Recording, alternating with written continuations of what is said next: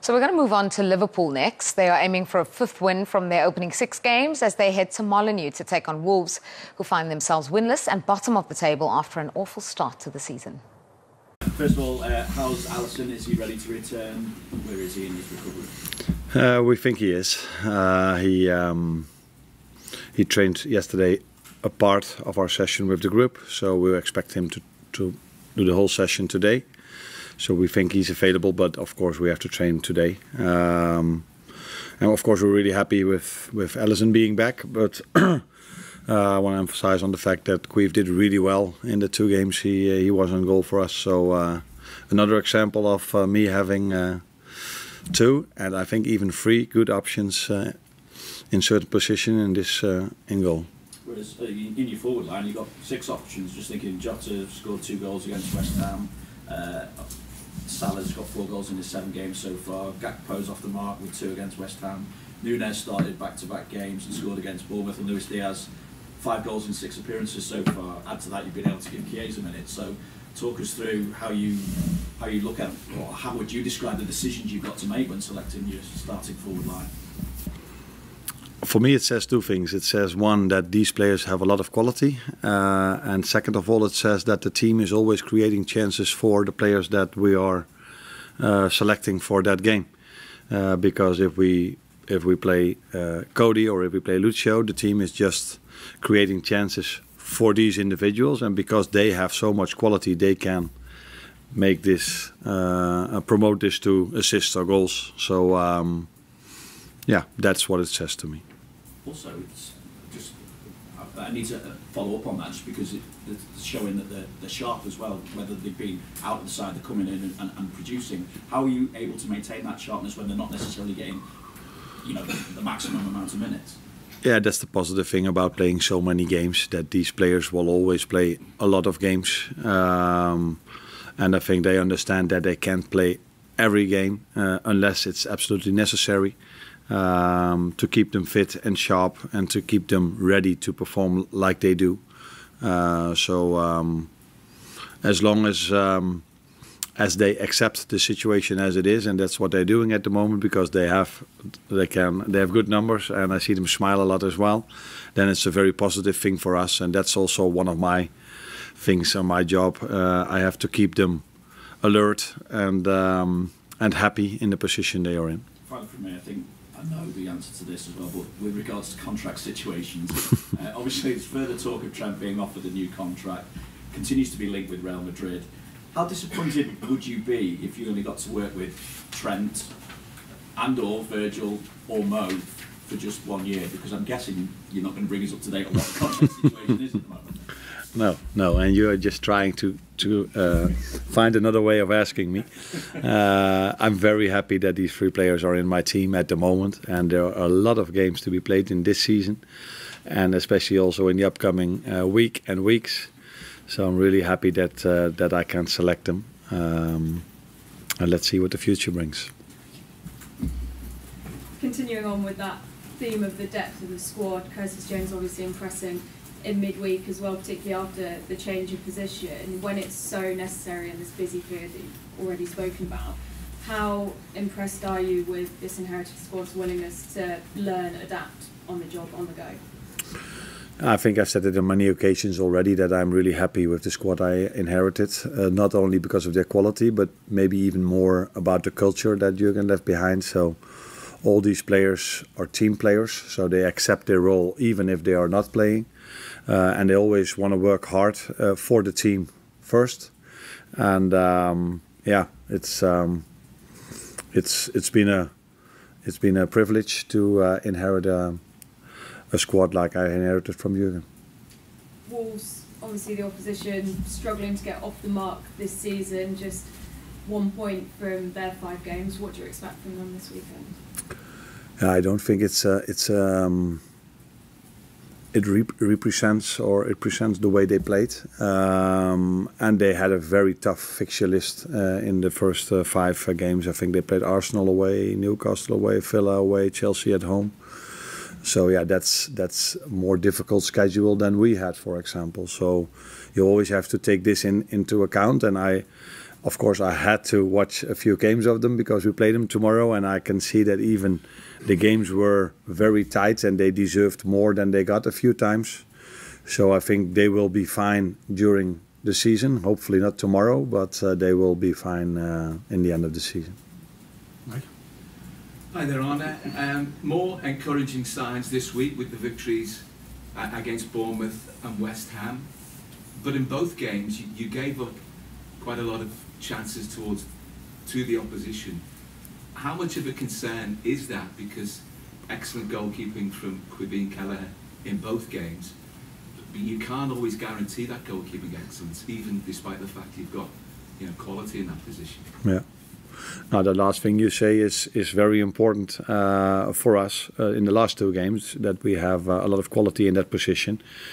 On the other hand, we create a lot of chances as well. But in an ideal world, we don't concede as much as we did in the last two games. But if there's one big difference for me between my former club and the competition I worked in and this competition, is that every team has so many quality players in their squad and in their team that they're always able to create chances as well. So you also have to give credit to the teams we face and the quality they are having, but we need to do better in that aspect if we want to keep clean sheets more and more often. So we keep emphasizing on that. One of the reasons why the other team doesn't score that easy, it's also because we have a good goalkeeper. But if you every time count the bodies that are inside our 18-yard box the moment the other team gets a chance, that's also a real positive thing, and it makes it more difficult for the other team to score as well. Great kid. I'm absolutely devastated for him because of the energy and the life and the no matter how things go each week, he gives absolutely everything, and he always attacks things and does things in the right way. So a big loss to us from that point of view. And of course, he was showing signs that he was capable of playing at the level that we were hoping that he was going to be able to play at. So from a team and a squad point of view, a big blow to us, obviously. But with that brings opportunity for others. And, so Alfie Pond, for instance, gets a step closer. A boy that was obviously out on loan last year at Stockport, played for us in the Cup at Brighton. Is extremely excited this week that he's up and around it and has a chance of featuring in Premier League games. So with all of it, I am absolutely gutted for Yerson, and of course it's a blow to the group and where we are. But we have a real good mentality inside the place that we don't let things like that stop what we're trying to do and what we're trying to be. So the message from me is you're always going to suffer setbacks in a Premier League season. This one, a big one, of course, especially for Yerson personally. But we will find a way to make sure that we still capable of fighting and picking up points to get us where we need to get to. In terms of some other players, how's Tosti? Is he kind of fit and ready to go this week? We'll test him again in the morning. He's trained a bit this week. I wouldn't say he was fully fit, but obviously there is still another day to go, and he's getting closer. So a little bit more to do. Make sure that he came out of today without anything. Ideal world, you'd probably leave him a little bit longer, but we'll see how he is tomorrow. Just last player to check on. You mentioned last week Dan Bentley had an illness. Mm-hmm. How is? Yeah, there's quite a bit of illness actually. So there's probably a few that will need a check tomorrow on how they're feeling. But Bence is okay now, so Bence will be fine to be around the matchday squad tomorrow. You probably don't want to give too much away, but do you want to share any of the other players? No, we just had a little bit of a virus going around. So Dr. Kai has been busy this week trying to help the lads feel a little bit better, and quite a few missed training today. So we'll see how we are tomorrow. I'm still really, it's a fantastic home game against Liverpool, and we've got a few little issues going on at the moment, and but looking forward to getting back out there in front of the home fans and making it as difficult as possible for Liverpool, which is what we tried to do every time we played one of the big sides, and looking forward to seeing what we can do tomorrow. This Liverpool and the way that they've been defending at the start of the season has been a huge talking point. But I want to talk about one of their defenders and his future. Because Trent Alexander-Arnold and whether he will still be at Liverpool next season has been such a big talking point. An interesting one as well. He's one of 3 very seniors who are out of contract in the summer. He's still performing though. It doesn't look like it's affecting him in any way. No, you can't let it affect you. Contracts are one of those things where you're going to get one, whether it's at the club that you've come through the academy at, which in his case, I, from a neutral, would love to see that. I would love to see him be a one-club man. Yeah. The most important thing is that he continues to play the game, continues doing the simple things, continues the great distribution that he's known for, improving in areas in terms of his defensive elements. But I would still give him a 7 out of 10, 7.5 out of 10 for his defensive perspective, from a defensive perspective. But Liverpool, they dominate possession, so you don't really need to think or worry too much about how his defensive game is. I do want to see him stay, but there's plenty of time for that. Look, there's a new manager in. He needs to see and figure out what he wants from the team, how he wants his team to play, which is not that dissimilar to Jurgen Klopp, but I feel like it's a little bit more defensive-minded, so he's not going gung-ho, he's not always going for another goal, another goal, another goal. But again, I do quite feel like that suits Trent's game. We saw an assist there from Trent for Diaz in the last little clip. He's up to 59 assists now. His assist against Bournemouth took him to 59. It's remarkable when you consider where he plays. He's now 3rd on the all-time list for Liverpool. He just surpassed Steve McManaman. I mean, he's such a beautiful player to watch when he is, especially in that kind of system, when he's playing under a Dutch manager, a German manager, anyone who's going full-blown attacking play, and you can see what he can do on the ball. I think what's so fascinating about him is that why we love him so much is because he is so ambitious, and that's why perhaps he is looking to see how he can satisfy that ambition. And he's so concentrated right now. He talked about this in an interview that he said, I do want to be a great defender because defense wins championships. And I think there are some moments where you can have like a glitch or a drop in concentration and the lack of awareness around who's around you. For example, in that match against Real Madrid in the final of the Champions League, these things matter. And I think that he set himself this target, and he said that I've asked Arne Slot to be very tough with me. So I want you to tell me off if I'm not doing well. And he's doing all this extra work on the defensive side of it, which makes you think, I really want this player to stay, because look at the ambition that he has to improve himself, and that's why you would want him to stay.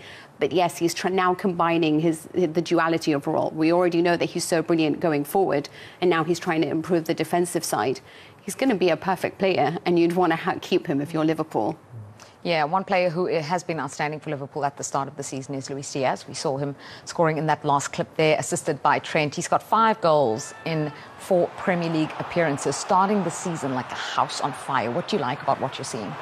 I love how raw he is, like the raw pace. I love that he's not afraid to attack defenders. What I feel like Liverpool missed out on last season, obviously he had a very serious personal issue. Yeah. He had injuries last season, so it kind of interrupted his progression. This is the player that Liverpool signed. This is what they were looking for when you know he put pen to paper. He's bringing everything. He's got the physicality. He's a small guy, but he's got the physicality. I love him as a player, genuinely love him as a player. So much depth in that Liverpool forward line. It's like you look around and there are so many different options you can go for. Darwin Núñez, Diogo Jota. You can bring on Federico Chiesa that they've just brought in, who just managed that beautiful assist. Was it a goal? Was it intended to be a goal? Was it supposed to be an assist? And then obviously you've got, you know, Luis Diaz in this kind of form. You just think whoever they substitute, they can rest whoever they like, and whoever will come on will do the job for them. Midweek, and they did it with a 3-0 win against Bournemouth. And although there were interesting goal scorers with Luis Diaz, who'd had a really good start to this season, Darwin Núñez, who has been hot and cold since he's started playing for Liverpool, with a fantastic goal in that one. Really, a lot of the focus has been on Ryan Gravenberch. You know, in the centre of that Liverpool midfield. Yeah. Owen Hargreaves sat here a few weeks ago in your position. I'm not quite sure if he's going to be able to do this against the big sides. If he's not a naturally defensive-minded player playing in that situation, he might struggle. But for now, Tim, it seems as though it's working. He looks like a defensive-minded, responsible footballer, and who can play the number 6 role. I saw him as a number 8. Yes, he didn't have a rhythm of games under Klopp, But I think he's got all the attributes to play in the 6th role. It's a controlling influence. It looks like when he gets the ball, it's not a hot potato. He looks like he's very confident. It looks like he owns the pitch when he receives the ball. Look, he strolls into these areas. And when he gets past the midfield, it's like breaking lines with a pass. He breaks it with movement. Look how he bursts into areas, and now they've got a real problem. He picks a pass out. It's a poor finish on that occasion. I think he's got the whole package. When he needs to break it up, he does. He gives it simple. He gives it to people who can play. Responsibility is the biggest thing for that position. You need to be a game controller, control the tempo of the game. I think he's capable of doing that. Look at that. That's Patrick Vieira, that little glimpse there. I mean, it's got a long way before he gets to Patrick's standard. But look, responsible, middle of the pitch, always available and ticking the game over. And if you want to go and express yourself and have shots and burst yourself forward, you're capable of doing it. Big boy, 6'3", you know, he's capable of doing it. For me, I think they've stumbled around a defensive midfield player who looks like he's really enjoying the role. He's playing alongside McAllister there and Sloboslai. I think they've got a wonderful midfield, I really do. Yeah, it's really interesting because he spoke, and you can, you know, you only need to look at that to realise, you know, what he's getting right in terms of his position and everything that's required of him. But he spoke when he was on international duty with the Netherlands about how much more Arne Slot's style of football suits him compared to Jurgen Klopp's. Because this isn't a player who's come from nowhere. He's always been known as a technical footballer, as a gifted footballer, but it hasn't quite clicked for him anywhere. This position seems to have done that for him. Maybe so as well, Kels. And the thing is, when you read some of the Bayern Munich like chats, fan chats, and even the man, they were disappointed that he left. And I think that with Bayern Munich playing with a double pivot, they didn't believe that he could fit into that. But when you watch him, especially when he's coming from the 6, and then you see when he can pass it through the line, he can progress through the line, he could be in the 10 and have a shot. So when you say that maybe it didn't suit him with Klopp, it's because it seems like Liverpool are playing in that area a bit more, where the play can be built up, where he can either be the one that's building, or while it's building, he could be the one that's making the run, like we saw in one of those clips. But you could say that with the Zubimendi not going through, they could have really unearthed the one for themselves now, because when you watch those games, and obviously we want to see him against maybe the top 3, top 4, and if he's putting in those kind of performance, then obviously Liverpool have struck gold, because he seems to have everything. He's got all the attributes. Yeah. You know, and we've seen how much that player has cost over the years, Darren. Yeah, absolutely. We've seen we're like 100 millions and 90 millions and 70 millions for the number 6. I mean, he's relatively cheap. Amazing. Yeah, I mean, as a player, he's got that game intelligence. He's got the discipline to be able to play in the 6. He played in an attacking midfield position against Milan the other day.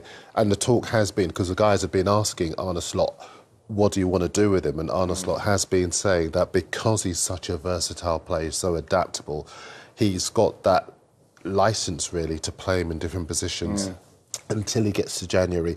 And if, as seems the case, Zubimendi still does want to... Because apparently he's changed his mind. He wants to come now. Now he's seen how Ryan Gravenberch is going on. Let me get there quick. So it might well be the case that he does end up there. But even if he does, as you've been saying, in Zubimendi, you've got a player with a wide skill set. But I find that really interesting from a coaching perspective as well, because great coaches have not quite been able to unlock what Ryan Gravenberch has to offer. Arne Slot has come in. I'm saying Arne Slot isn't a great coach, but he's not, you know, in terms of what he's achieved in the game, he's not on the level of, say, Klopp. But he's been able to bring that out of him. Obviously, it's got to come from the player, but I'm interested in the coaching perspective. Well, that happens. As well. I mean, he's getting individual. He's coaching them individually. He's obviously looking at the footage of the games, seeing what he does well, seeing what he can improve on. It's really key that you play in that 6th role, you're checking your shoulder and you're getting turned on your back foot. I think he does that instantly anyway. You need to be responsible when you're doing it in there. He's getting more and more confidence with the games he's playing. The manager's saying, no, you're my man in there. And you've got McAllister, who's a very good, intelligent footballer next to him. Sloboslai, who wants to break it up and charge forward, opens up space. And when he sees the space, he's giving him that encouragement to say, do you know what? Burst into that area. You're not restricted to the 6. If you're correct to leave and vacate that area, someone is sitting there for you. It's a rotation, which he's picking up really well. I think he's obviously a very intelligent footballer, and the manager likes him, which means he wants to listen to the manager. I will listen to the manager if he's going to pick me. I'm at one of the biggest clubs I'm ever going to be at. There's an opportunity of building something and challenging in the Premier League. Why wouldn't I listen to this man?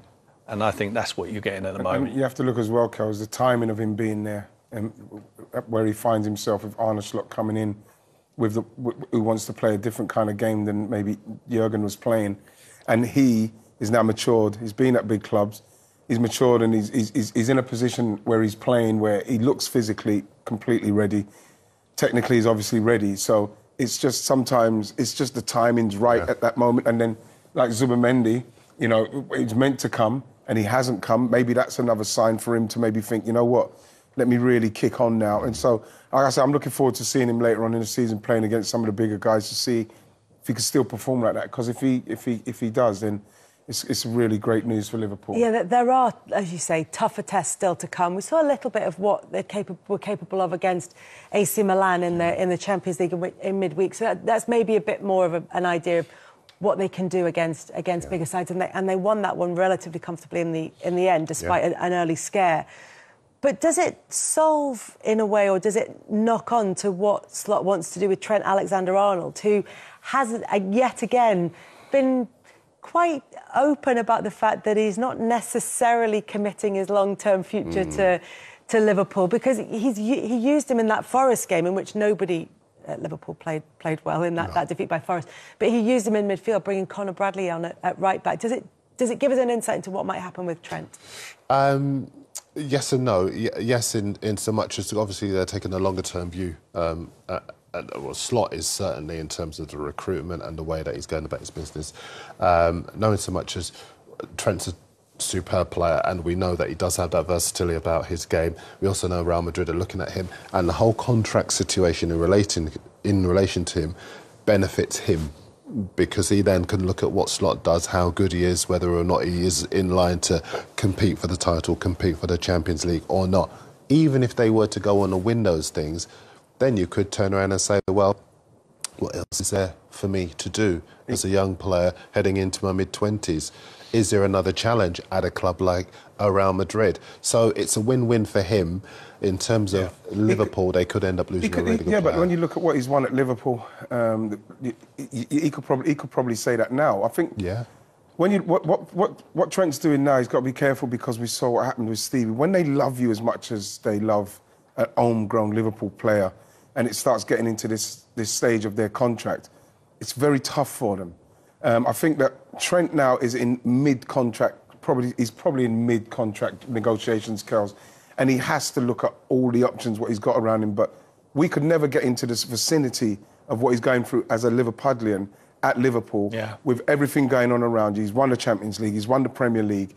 He's one of the great Liverpool players. He'll probably go down as one of them. Well, do you know, I interviewed him last year. One of the things he said was he started the After Academy for players in his area who didn't make it, who didn't go into football. And that investment back into where he's come from, his local community, shows exactly what you're saying. That's what it means to him. That's what it means, yeah. I don't want to test anybody's memory too much, but what were you doing on this day 33 years ago? Do you know? No. Not go back in your diary that far? No. Look, did I do something? You were signing for Arsenal. The 25. Yes, it's the 23rd. September. You don't look thrilled about it. I'll be honest. No, because what happens, Kels, is that he's upset that I didn't have a suit on. Is that what it is? Yeah, he's upset that I came with a jacket and just a baseball cap, and he wasn't happy. So, you know. Yeah, you've always been a man of fashion. Well, he's old-fashioned, George. Listen, I can imagine. It was just a symbol of my individuality, and I couldn't lose it. How did you get on at Arsenal? Did you it all went right? okay, Did it go okay? It went okay a couple of weeks after that. Tim and Darren, thank you very much for coming in to chat to us. Another big week of Premier League action coming up for us next weekend, and we'll be here to reflect on all of it. Same time next Monday. Bye-bye.